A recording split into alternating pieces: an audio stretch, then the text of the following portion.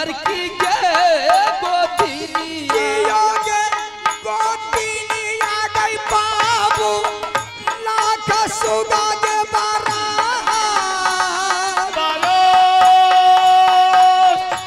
हमारे के यादा हागे यौरादा लगे दुनिया में जीवी हैगे कौने जरूरी मरलऊ बहन के हमार कौने जरूरी के मरलऊ है गे फूलाबा छोटा के गे सोना फूलाबा गई रहना पा सारे बिरतनवा कह के तोरा है गे सुना सारे बिरतनवा छोटा की कही के ये समझ आई बहू ने कुशले कुशला रहलई बहन गे हमार कुशले कुशला रहलई नगर महावीर छोटा के ये सुनले फुलवा ये सुकु के मां सारे बिरतनवा छोटा कही के ये बुझई बहू के अपना कुशला कहियो बहन गे हमार अपना कुशला कहियो रानी फुलाबा कुशले कुशल के छोटकी महल लौट के जा कुशले कुशल गई छोटकी रंग गया महल बहन सबसे पहले मौवी के लगा समाचार मौवी के लगा समाचार बताता है बहुत सुंदर है कोई तरह की दिक्कत कोई तकलीफ नहीं बहन एक बात पूछूं मैं क्या आज ना दूसरा कभी नहीं बुलाती थी रानी फूला को लेकिन आज क्या जरूरी क्या मुसीबत रानी फूला को बुलाई है कोई देश का क्षत्रिय मोगल बैठानिया राजा महाराजा बहन तुम्हारी पर नजर तो नहीं बताई है फूला रानी हाँ बहन मैं जो आज तुम्हें बुलाई किस लिए बुलाई है बोल मेरी छोटी गोतनी अगर जो बात मैं कहूंगी मेरी बात अगर रखेगी बोल मैं क्या सुना सकती हूँ अगर मेरी बात नहीं रखेगी मैं किस लिए बोलूंगी बहन घर की गार्जियन है तुम्हारी बात ना मानू तो किसकी बात मानू जो बात रखने वाली होगी मैं अवश्य रखूंगी काका के सुनाओ क्या बात है मेरी छोटी गोतनी क्या जिस रोज से मैंने नैना किला छोड़ करके महुई किला आई हूँ घर का जितना भी काम है चूल्हा चौका बीत बर्तन गोबर करसी खाना पीना बनाना सब काम मैं करती हूँ लेकिन 8 तारीख से मेरी कानून है यह रंग महल का काम तुम करोगे तो रह सकती है अगर महल का काम चूल्हा चौका बीत बर्तन गोबर करसी खाना पीना बनाना कपड़ा तक खींचना 8 तारीख से तुम करेगी मैं करूंगी हाँ ये क्या बोल दी बहन जो भी काम कर रही है सारे के सारे काम लोरी बेचारी करती आ रही है ना घर में काम बहन तुम करती हो और ना मैं करती हूँ ये सारे के सारे काम बेचारी नौरी बानी दिन भर करते रहती है फिर आज क्या बात है कि रानी फूला को काम करने की जरूरत पड़ गई है आगे 8 तारीख से महल में नौरी आना मना हो गई है नौरी नहीं आएगी घर का काम तुम करोगी तो मेरी महल में रह सकती है अगर मेरी महल का काम नहीं करेगी तो घर से निकल के तुम जा सकती है नहीं बहन घर की गार्जियन की ऐसी भाषा नहीं होती है ये ऐसी भाषाएं घर को बिगाड़ने वाली बात हो गई है कि काम करना है तो रहो काम नहीं होगी तो तुम जा सकती है यहाँ से मेरी कानून मैं तो नैहर से उसी रोज रिश्ता टूट गई जिसी रोज मेरी मांग में सिंदूर मेरे स्वामीनाथ ने डाल दिए उसी रोज मेरी नैहर से रिश्ता टूट गई है 3 रोज की मेहमान नैहर की हूँ और 13 रोज की अपनी ससुराल की मेहमान बन चुकी हूँ जिंदगी भर के लिए तो फिर ये क्या बोल रही है तुम मेरी कानून है घर का महल का जितना भी काम है खाना पीना बनाना चूल्हा चौका करना गोबर करसी करना अंगना में झाड़ू लगाना दरवाजे में झाड़ू लगाना यह काम तुम्हारी काम है तुम करोगी तो रह सकती है न तो मेरी महल खाली कर सीधी बात नहीं बहन ऐसी बात क्यों बोल रही है ये छोटी मोटी बात के लिए क्यों इतनी बड़ी बात करना चाहती है मैं जो कहती हूँ वही कर कि आगे बिगाड़िए दिलकऊ गई दुरागा मैया मती जा रे बसकिया कि आगे बिगड़िए दल कौवे मैया दुर्गा पढ़ानी बात ले गई छोटा की परखी के हाथ से गई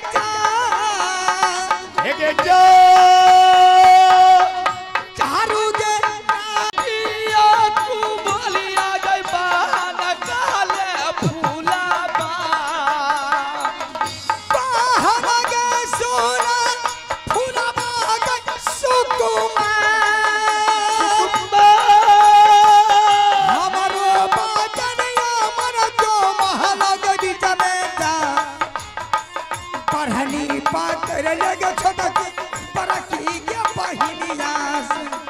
बहुत मिलाती छालई बहन गे हमार किया बिनार के माती जल कहू दूरा दाग हम नहीं गई मन बहु गोतनी महलौ बीच में जा हमारो बचनिया मन जो रंग है महल में गे क्यों झगड़ा करने के लिए चाह रही है? इतनी बड़ी बड़ी बातें इतनी छोटी बात से क्यों बड़ी बात करना चाहती है? अरे कोई छोट बात नहीं है, जो मैं कर दूं मेरी बात रख। घर में देख दोनों गोतनी में मिलानी है, कितनी सुंदर घर चल रही है, ताकि दुनिया के लोग भी इस बात को जानते हैं तो कितना वो खुश हो जाते हैं कि दोनों गोतनी में कितनी मिलनताई है। लेकिन यार ये काम के चलते तुमने मुझसे झगड़ा करना चालू कर दिया है। ये महिला की झगड़ा कितनी बड़ी हो जाती है तुम्हें पता नहीं है। नहीं महिला का झगड़ा वो हो जाती है बहन कि मर्द को चैन से रहने के लिए नहीं देता है, घर में खाना पीना बेकार हो जाता है। आज तुमने मुझसे झगड़ा करना चालू कर दिया है यह छोटी मोटी बात के लिए। आज गोतनी गोतनी में झगड़ा हो जाएगी, कल भैयारी भैयारी में झगड़ा हो जाएगा, परसों बेटा बेटा में झगड़ा हो जाएगा, घर फूट करके बर्बाद हो जाएगा, दुनिया दुश्मन मजा लूटते रह जाएगी। इससे फायदा तुम्हें क्या मिलेगी बात? नहीं तोरा दादा पुरखा के बेकार नहीं छो, क्या था के दबो तो कुमटी लगी बेकार नहीं हो छो जी नहीं बहन मर्दबा ये थे मर्दब है गे तोर से आए तो की कर दो जाकर चूल फूक देतो। क्यों इस तरह की बात बोल रही है आज मुझसे? कदापि इस तरह की बतावरा नहीं बोलती थी, नहीं सुनाती थी, बेटी की तरह मान रही थी मुझे, लेकिन आज बिल्कुल दुश्मन की तरह सलूक कर रही है। जय दिन से ये हमें सब काम कर रही हो, अब तू कर। मैं तो आज तक तो मैंने नहीं कर भी तो सीधे निकल। आज तक मैं तुम्हें काम करती हुई नहीं देखी हूँ, लेकिन आज तुम्हें क्या हो गई कि झाड़ू पकड़ के मुझे झाड़ू दिलवाना चालू कर दिया है। हे के दादा के बेकार नहीं छियो, हे के निपुतारा के बेटी के जा, हे के दादा के बेकार नहीं छियो के रानी सोना माने कि आगे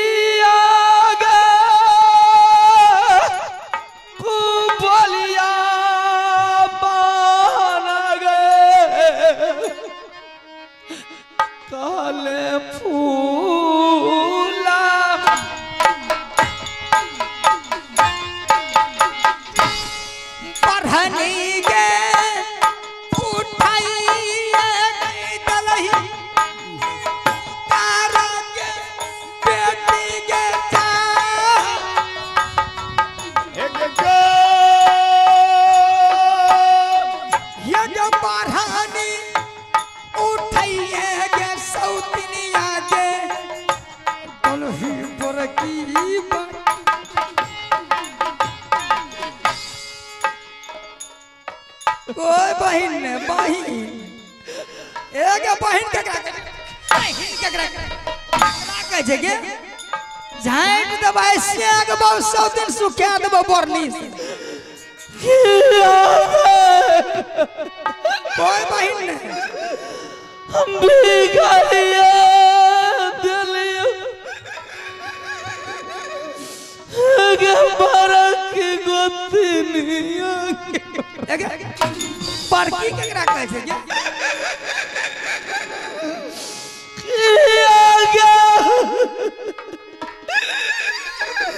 हम भिखारिया दिलियो हमें तो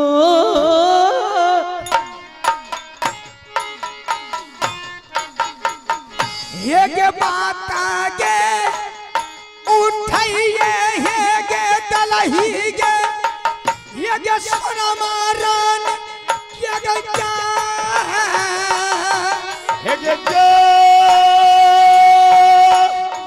ये के बात आगे उठाइए ये के रोंडी के दलही पर की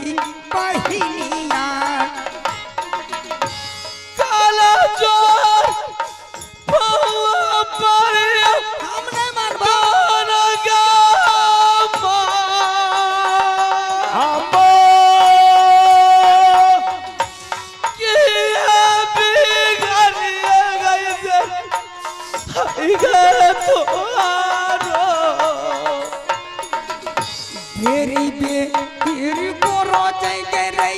सौतीनिया के बेटी के हमरो गई ई बतनिया उठाइए चलहिया दूधरा पर में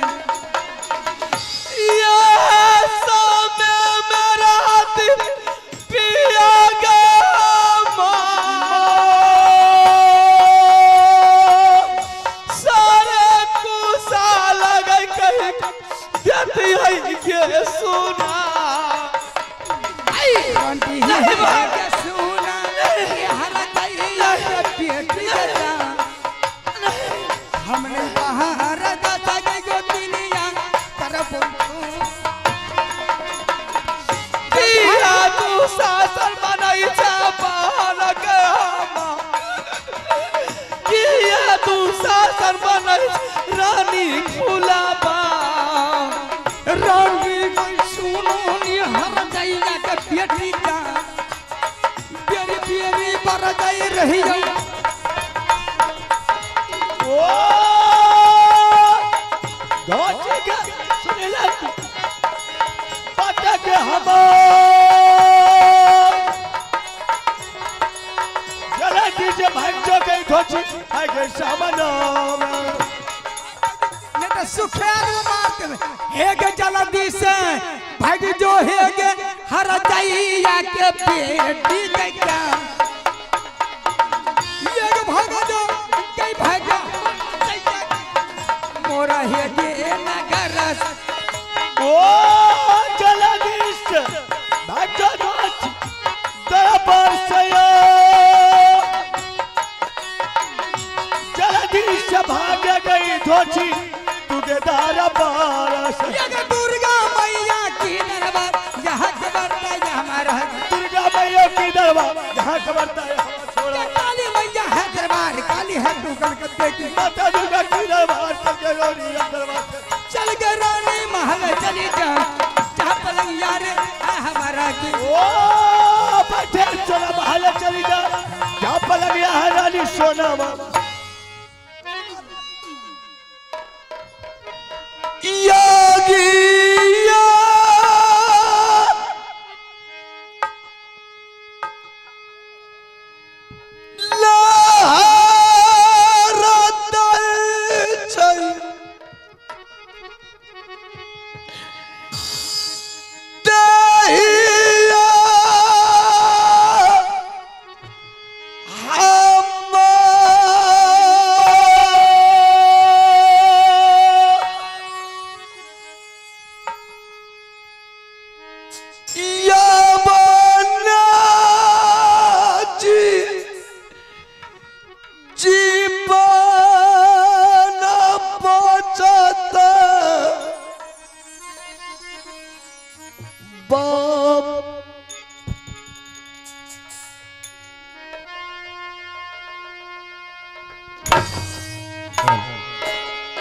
बाना बाना पानी चला लग मैया जी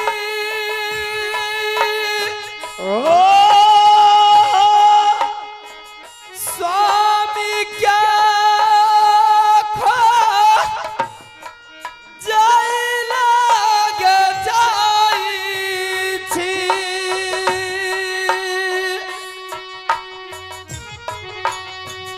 कहाँ मिला तई गे स्वामी गई मोरा आजू दी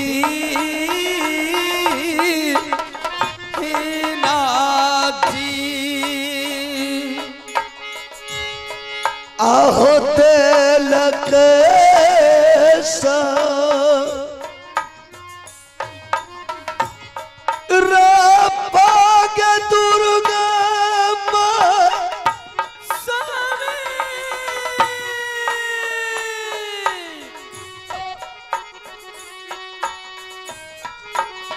नागी बचा तैगे हमारो गे जी जीवा बानची कहाँ में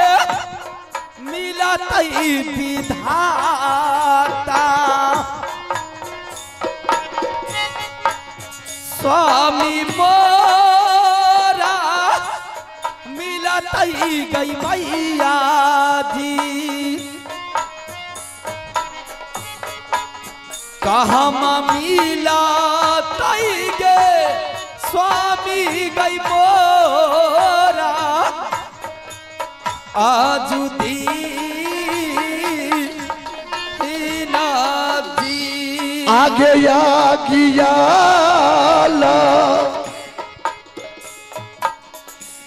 हरा गते बीमार सहलोन जय जय गे हमारा नागी बचा गे हमारा गे जी जीवा बानची झूमिए में पानी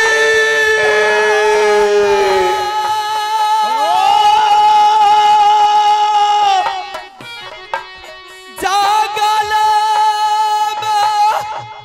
झूमिया यो गलिए कहाँ मिला तई गे स्वामी गई मोरा आजू दी जी आगे पानी के तो राना गते बीमार या तमाके पी या कुल कोरिया के उरे मैया के पानी के रात कर राना माची झूमिए में गलिया विधाता जागल तुम्हें गलिए क्या करा कहा पई गे दिल के गई बातिया आजू दी जी आगे मिलियन भेलैया बाबू सब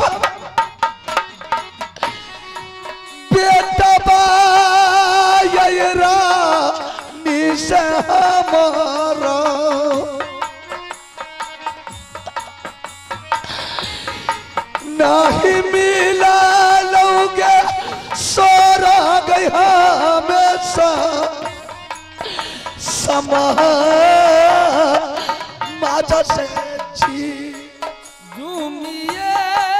में गेलियो प्रभु जी पानी जागले में जुमलहु विधाता झूमी गेली याजू जंगला में आजू दी नाची के ये देता यालू अबाबू सब पानिया पे लाता हो कोरिया के जैते बाबू सब या तब हो जुरा लाई जी पानी स्वामी स्वामी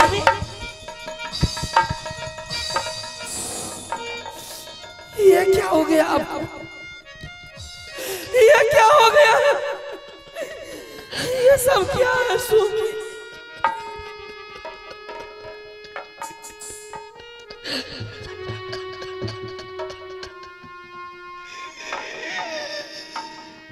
यावले जीवन बच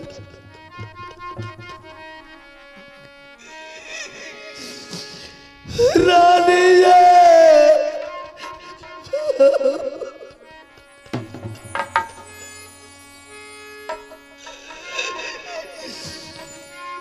यावला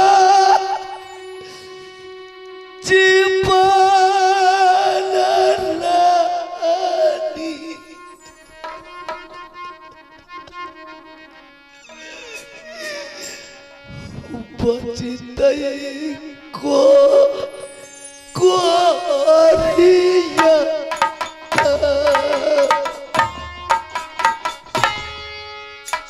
जाराला का राम बाप पानी फाटल इत्ता काटी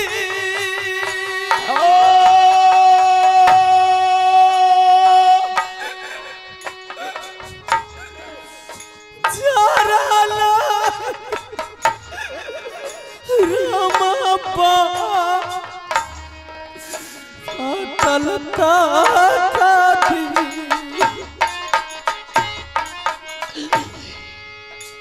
अपने पारा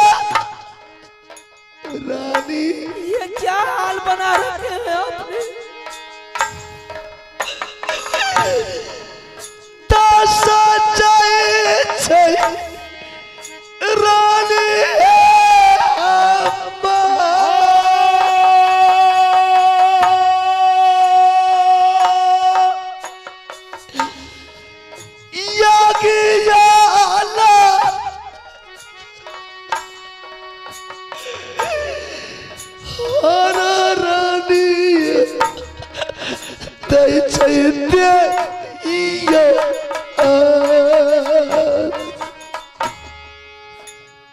करमा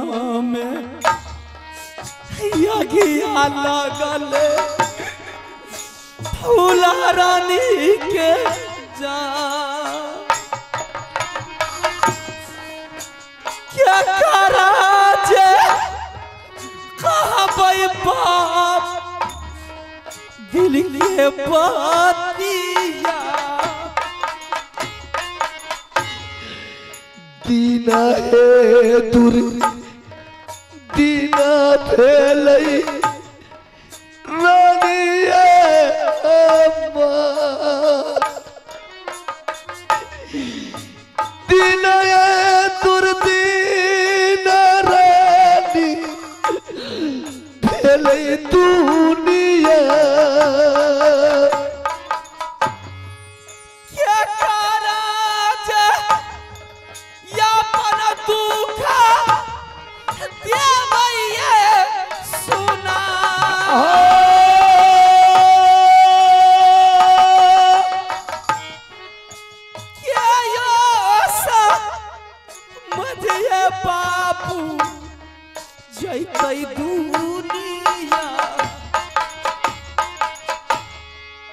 या बने जी बना बचतई रानी ये अम्मा या बना जी बना रानी बचतई हमारा देखियो लाता सो हमारा के जा